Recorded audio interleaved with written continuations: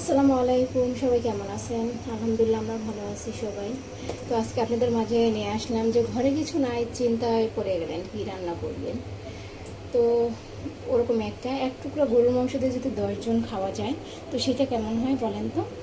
এর জন্য আমি নিয়ে নিলাম এই জায়গাতে এক টুকরা গরুর মাংস বড়, সেটা কিমা করে তারপর কুচো কুচো করে কেটে নিয়েছি। এরপর দিয়ে দেবো এই জায়গাতে শুকনো মরিচ, কাঁচা মরিচ, তারপর আদা কুচি, রসুন কুচি, পেঁয়াজ কুচি।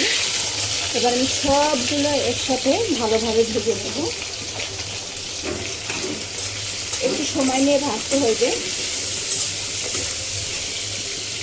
তো যারা যারা আমার ভিডিওটা ফেসবুক থেকে দেখতেছেন অবশ্যই ফলো দিয়ে দিবেন, কমেন্ট করবেন, শেয়ার করবেন। আর যারা ইউটিউব থেকে দেখতেছেন তারা অবশ্যই লাইক করবেন, কমেন্ট করবেন, শেয়ার করবেন, ফলো দিয়ে দিবেন, যাতে করে আমার পরবর্তী ভিডিওটা সাবস্ক্রাইব করে দেবেন, পরবর্তী ভিডিওটা পৌঁছে আপনাদের কাছে। তো চলুন কীভাবে রান্না করি সেটা শেয়ার করি। তো এবার আমি সব একসাথে ভেজে নেবো কিছু সময়ের জন্য। এবার দিয়ে দেবো স্বাদ মতো লবণ, দিয়ে দেবো হালকা একটু হলুদের গুঁড়া। এবার আমি সব একসাথে আস্তে আস্তে ভেজে নেব। চিন্তা করতে পারেন মেহমান আসছে, কী রান্না করব। তখন মাথায় যদি এরকম একটা বুদ্ধি আসে তখন কীরকম হয় বলেন তো। তো এইটাই এরকমভাবে ভালোভাবে আমি এখন ভেজে নেব। এটা কিন্তু খেতে খুবই মজা। যে কেউ আপনি ভর্তা করে দিলে আপনার প্রশংসায় একদম মুগ্ধ করে দিবে। আর আপনাকে বলবে এইটাই করে খাওয়ান, এতটাই মজা এটা। তো আপনি অবশ্যই এইভাবে ট্রাই করে খাইয়ে দেখবেন, অবশ্যই আপনার প্রশংসা ভাসিয়ে দিবে।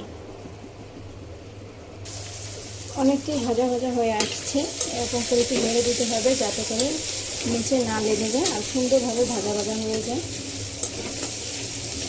এবার আমি হালকা একটু পানি দিয়ে দেবো যাতে করে সিদ্ধটা তাড়াতাড়ি হয়ে যায়। বেশি দেবো না, অল্প একটু পানি দেবো। এবার আবার কিছু সময়ের জন্য ঢেকে দেবো। অনেকটাই ভাজা হয়ে গেছে, আর একটু ভেজে তারপর নামিয়ে নেব। এটা কিন্তু খেতে খুবই মজা, আপনারা অবশ্যই ট্রাই করে খেয়ে বলবেন কেমন হয়েছে। অনেক সুন্দরভাবে ভেজে নিচ্ছি, এবার আমি ভর্তা করে নেব, নামিয়ে নেব। এবার আমি সব একসাথে ভালোভাবে বেটে নেব।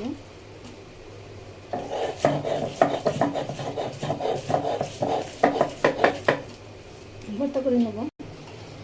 ভর্তা করা হয়ে গেছে, তো সবাই অবশ্যই ট্রাই করে বলবেন কেমন হয়েছে। তো আজকে এই পর্যন্ত, সব ভালো থাকবেন, আমাদের জন্য দোয়া করবেন। আল্লাহ হাফেজ।